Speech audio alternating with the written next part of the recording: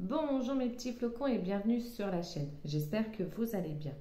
Cette semaine, dans cette vidéo, je vous fais ma critique hyper très tardive du dernier film Pixar sorti au cinéma, du moins je crois. Il me semble qu'il n'y en a pas eu d'autres de sortie, qui est Élémentaire. Donc pour être totalement honnête avec vous, j'ai bien été le voir au cinéma en juillet ou août de l'année passée. Je ne me rappelle plus quand est-ce que c'est qu'il est sorti. Et en sortant du cinéma, j'avais vraiment pas aimé ce film. Ma fille avait plutôt bien aimé, mais du coup, je l'ai quand même acheté en DVD ce mois-ci, tout simplement parce que j'aime avoir la continuité des DVD. Du coup, on l'a regardé à nouveau à la télé. Alors, est-ce que ma critique cinéma a changé donc sur ce film? Réponse après le générique.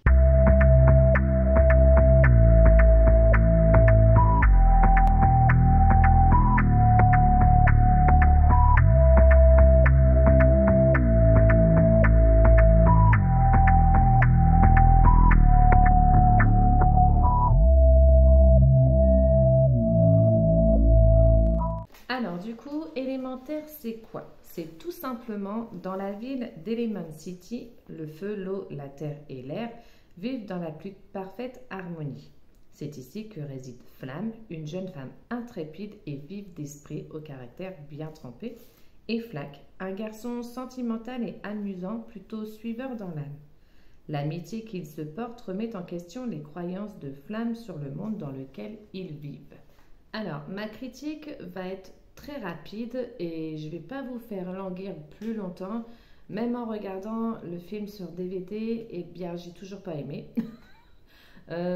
Autant il est vrai que la qualité du film en soi est magnifique, mais ça, on sait tous que Pixar sait faire des films de très bonne qualité. Attention, quand je parle de qualité, je parle bien sûr de l'aspect visuel du film.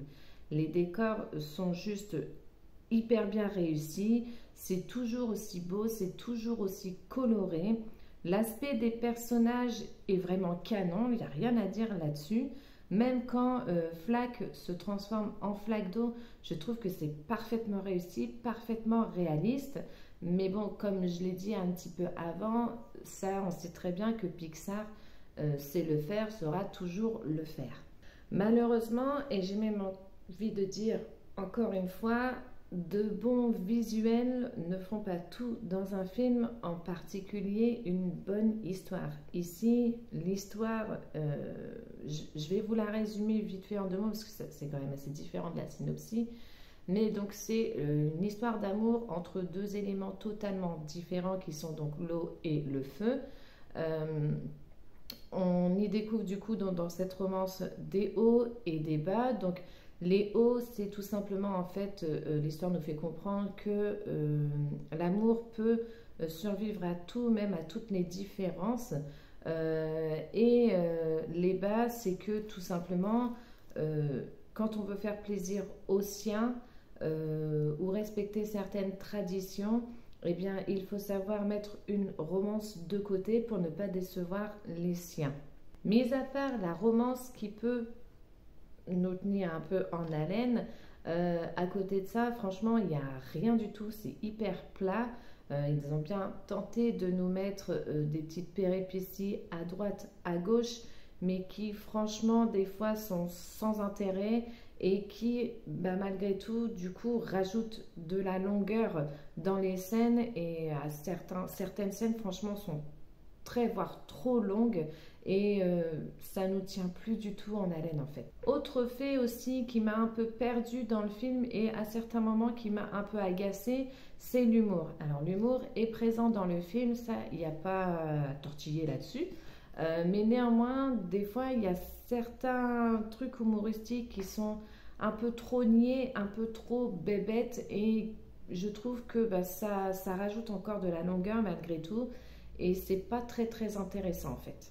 Concernant du coup le côté personnage, alors je crois que c'est vraiment la première fois dans un film d'animation Disney Pixar que je ne m'attache à aucun personnage, ni Flamme, ni Flack, vraiment. Et alors les personnages secondaires, j'en parle même pas. Là vraiment, Non, il n'y a vraiment aucun personnage qui a vraiment retenu mon attention. Alors, j'ai lu des critiques concernant, par exemple, les voix françaises des personnages. Alors, très sincèrement, moi, les voix, je m'en fiche totalement. En fait, je trouve que c'est pas une voix qui fait un personnage. Donc, de ce point de vue-là, ça m'a pas posé de problème du tout. C'est plus dans leur manière d'être. Vraiment, je me suis vraiment pas attachée à eux. J'aurais pensé que Flack, j'aurais pu m'attacher parce que c'est un petit peu le personnage, on va dire, qui va être em- empli d'émotions. Mais là, franchement, non, je trouvais qu'il était plus dans le gnangnatisme qu'autre chose. Et franchement, j'ai pas vraiment trouvé qu'il était si émouvant que ça comme personnage. Alors, autre point aussi que j'ai entendu beaucoup, c'est vrai que j'avais entendu beaucoup à l'époque avant que le film sorte, quand on avait eu la bande-annonce et tout ça, et je l'ai entendu également une fois que le film est sorti, c'est cette comparaison ou ressemblance avec le film Pixar Vice Versa. Alors, très sincèrement, je ne sais pas d'où les gens ont trouvé des ressemblances avec Vice Versa. C'est sûr, on a dans Vice Versa 5 émotions qui sont joie, peine, peur, panique et dégoût. Euh, dans Vice Versa, dans Élémentaire, pardon, effectivement, on a bien les éléments qui font notre terre, donc le feu, l'eau, l'air, la terre, et je ne sais plus lequel c'est, l'autre, je ne sais plus. Euh, mais ça s'arrête là en fait. Il n'y a pas plus de comparaison que ça. Le scénario est totalement différent dans les deux films.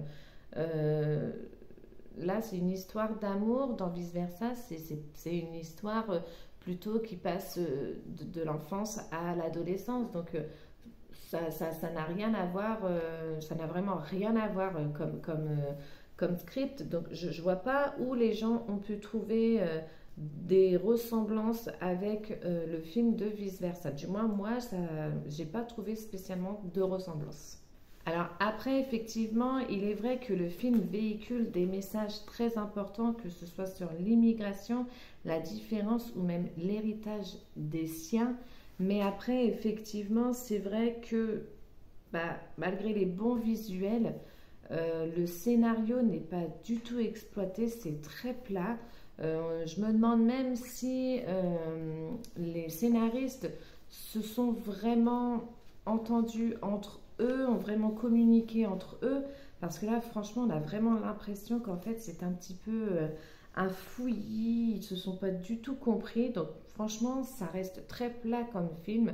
Tout le long du film, c'est vraiment dans une continuité, c'est vraiment très plat tout le long. Je trouve que, du moins pour moi, hein, parce que j'ai pas non plus aimé ces films-là, je trouve que ça reste dans l'héritage, on va dire ça comme ça, d'un En Avant ou d'un Soul, ou même Avalonia, j'ai aimé, mais c'était sans plus. Je trouve que ça reste vraiment dans cette lignée-là.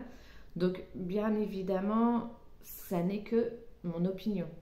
Je précise, je le précise à chaque vidéo, mais je crois qu'il faut vraiment le préciser à chaque vidéo. Ce n'est que mon opinion. Je vous conseillerais toujours, toujours, toujours de regarder les films avant ou même après la critique, bien sûr, il n'y a pas de souci. Mais je vous conseille toujours de regarder le film pour que vous ayez votre propre opinion. Parce que mon opinion n'est pas l'opinion publique. Je ne suis pas le centre de la Terre, bien évidemment. Donc, je vous conseillerais malgré tout quand même de le regarder. Même moi, si je n'ai pas aimé, vous allez peut-être aimer. Ma fille, elle a aimé.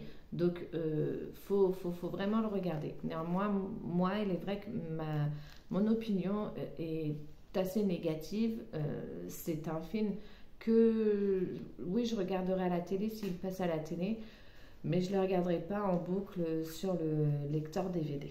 Voilà mes petits flocons, dites-moi en commentaire si vous avez été le voir au cinéma ou si vous avez plutôt attendu la sortie DVD pour regarder ce film.